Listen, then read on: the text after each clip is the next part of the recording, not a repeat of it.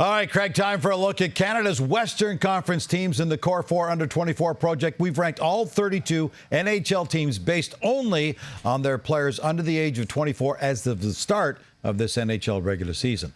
The Vancouver Canucks are Canada's top-ranked team, 5th overall in the NHL, Craig.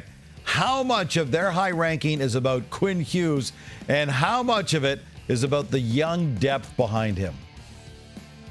Well, I would say if I had to weight it in a pie, it would be about 80% Quinn Hughes, 20% the rest of it. And so what does that mean, Gino? That tells you how top-notch Quinn Hughes is. He's a superstar in the National Hockey League. Arguably, right now, the best player in the entire National Hockey League. What he does on the ice, keep this in mind. How's this for a little stat? Nobody in the National Hockey League possesses the puck more than Quinn Hughes, and no player has a lower turnover rate that possesses it at that rate. He is an impactful player. He could win the Norris and the Hart Trophy, and maybe even do what only one defenseman has ever done, led the league in scoring. That's the track he's on, and his impact on this ranking, and most importantly, the Vancouver Canucks, is just tremendous. It's amazing how much he lifts that entire organization up right now. It's crazy what he's doing. Let's get to the Calgary Flames, and their Core 4 comes in at 17th overall. Dustin Wolf is their top prospect. Craig, how high do you think his ceiling is? I think it's pretty high, Gino. And a number of years ago, Igor Shesterkin was in our top 10 of core players under 24 outside the NHL. That's who I see Dustin Wolf's style being like, Igor Shesterkin. We know that Shesterkin's already won a Vezina. Well, Dustin Wolf, all he's done for the last 4 seasons has been the best goaltender in whatever league he has been playing in. 2 in the CHL, 2 in the American Hockey League, including the most valuable player last year in the American Hockey League.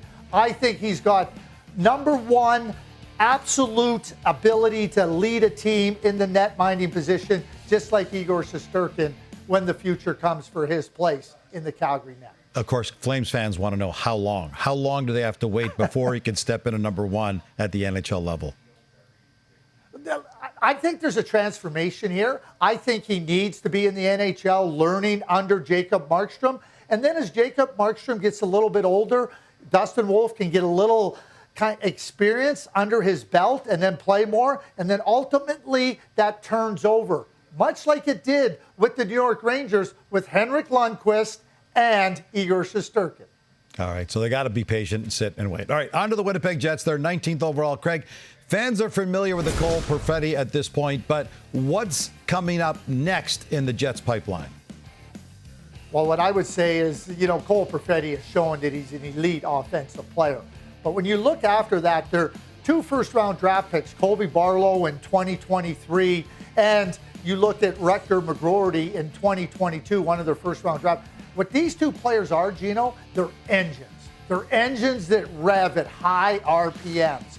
They have skill and they have talent, but the drive and their ability to change a game because of the way they get invested in the hard areas of the game and not only want to make a difference, but do make a difference, that is something that every team wants to have in their lineup.